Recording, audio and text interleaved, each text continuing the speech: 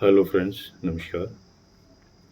आज के audio programme में मेरी एक रचना मेरी आवाज़ में, जिसका शीर्षक है खामोश निगाहें। सुनिए।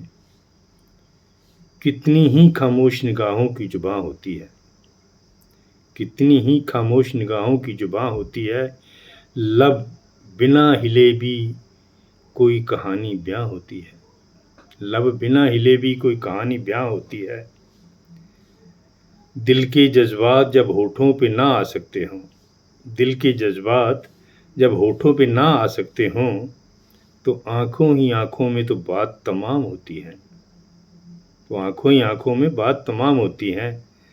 जब जब मेरी खामोश निगाहों ने तुम्हें छुआ है, जब जब मेरी खामोश निगाहों ने तुम्हें छुआ है, बिना इशारे न जुबां हिली, तू मेरे आगोश में होती है। बिना इशारे न जुबां हिले, तू मेरे आगोश में होती है। जब आँखें बोलती हैं तो दिल सुनता है, जब आँखें बोलती हैं तो दिल सुनता है।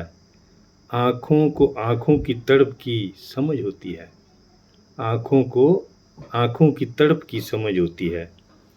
याद है फिसलने पर नज़रों से उठाने का कहना, याद है फिसलने पर नज़रों से उठाने को कहना, उठाने को हाथ पकड़ते ही आँखें चार होती हैं, उठाने को हाथ पकड़ते ही आँखें चार होती हैं।